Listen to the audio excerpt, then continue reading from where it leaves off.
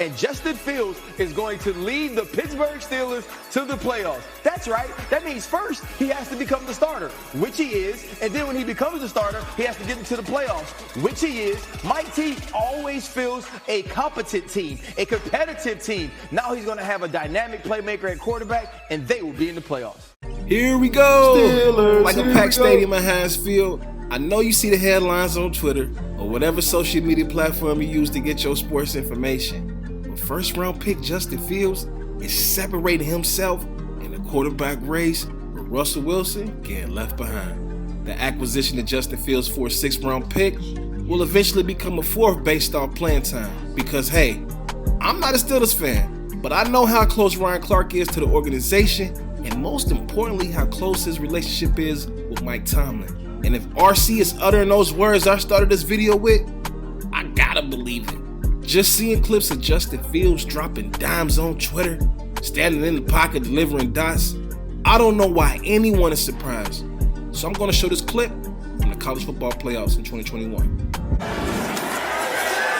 4-man rush, Fields has time, launches downfield, it's Olave, he's got it! That was a perfect dot, a perfect dime with perfect touch, and the man can run a 4.4. I mean, what else could you ask for a young quarterback in the National Football League?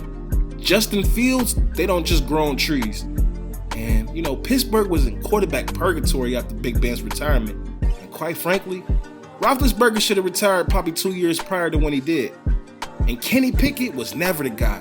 And in a bad quarterback draft, when they needed a quarterback, Pittsburgh pulled the trigger. But luckily for them, nobody was harmed. The Steelers still made the playoffs, but clearly, Kenny Two Gloves wasn't the one. This offseason, Pittsburgh came out guns blazing, traded for Justin Fields and signing Russell Wilson. Either way, they were going to find him a quarterback. And with George Pickens as one of the rising stars in the NFL at the wide receiver position, it's only right to get him a quarterback that can get him the ball. Now look at this picture right here. At this time, the Bears was 1-4. But you can clearly see the Justin Fields to DJ Moore connection was something to behold. I mean, all you got to do is get him talent. I mean, let's not forget, the man threw for 41 touchdowns and 3 interceptions in his first year starting at Ohio State, with the likes of guys like Garrett Wilson and Chris Olave. George Pickens is on that level, and Calvin Austin III just needs to stay healthy because he can easily be one of the most dynamic wide receivers in the NFL with the ball in his hands. I believe in Roman Wilson. I mean, he seems like a Pittsburgh type of guy. One of those wide receivers that Pittsburgh drafts and people ask themselves, how do they do this every 4 or 5 years? Now, Van Jefferson provides some explosion, but I believe this team really needs Calvin Austin III to be the guy he was at Memphis, and for Roman Wilson, show what he did at Michigan, but early on in the NFL.